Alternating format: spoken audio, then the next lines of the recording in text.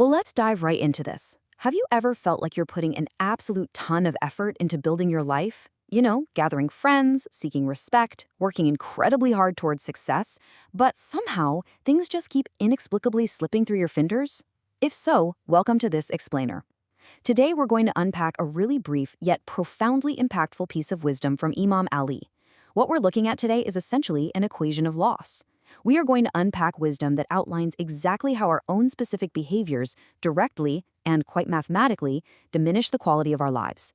It's a fascinating look at human psychology through the lens of ancient wisdom, and the structure of it is just incredibly precise. So, let's get started. Right, here is the core text we're analyzing today. Listen closely to the rhythm of these words. The one who is arrogant decreases his blessings. The one who gets angry decreases his respect. The one who doubts loses his friends. And the one who acts in haste decreases his benefits. What stands out immediately, at least to me, is this overarching theme of subtraction. The text doesn't say these behaviors might cause a problem.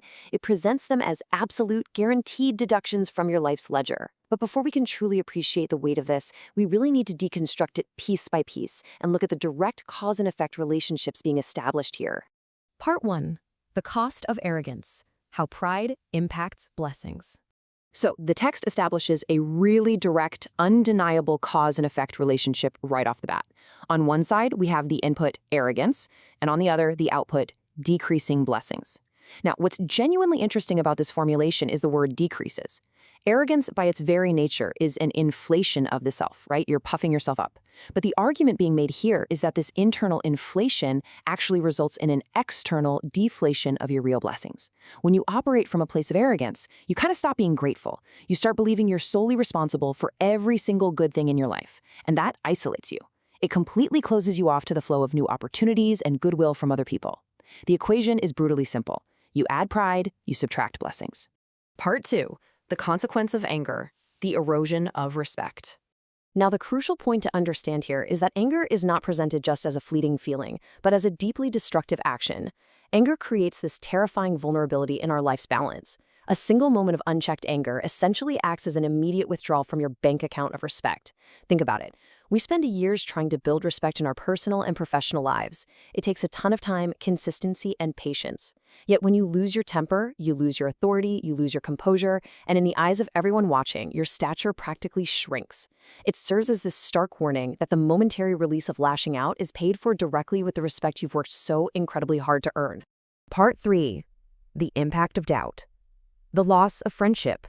Okay, notice the specific phrasing used for this one, loses friends.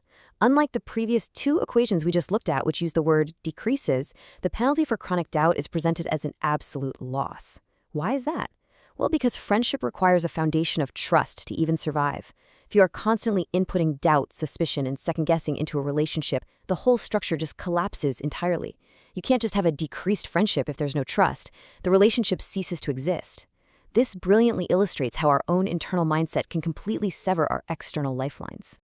Moving on to Part 4, the price of haste, diminishing returns. Acting in haste is an equation that inevitably leads to a huge reduction in one's overall benefits or profits. We live in a world that constantly, almost obsessively, rewards speed. But this text offers a really vital counter-narrative. When you input haste, when you rush a decision, when you cut corners on a project, or even when you just don't take the time to really listen, you are actively cannibalizing your own success. The irony here is just palpable. People rush because they want the benefit faster, right? But the wisdom here states that the very act of rushing ensures that whatever benefit you do get will be significantly less than what it could have been. You trade quality for speed, and honestly, you just end up shortchanging yourself. Finally, Part 5, the complete equation, a blueprint for self-reflection. When we stack all these behaviors together, we see the true compounding nature of these negative traits.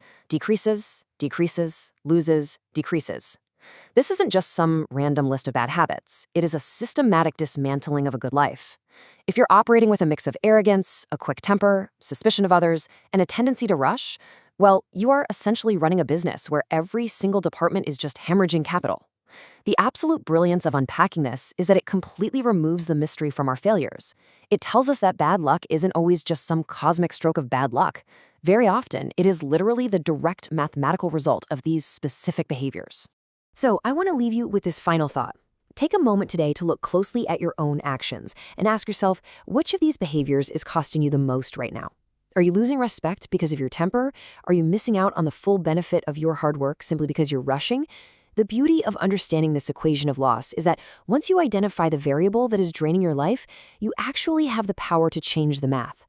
Thank you so much for joining me for this explainer. Keep reflecting on your inputs, and I'll catch you next time.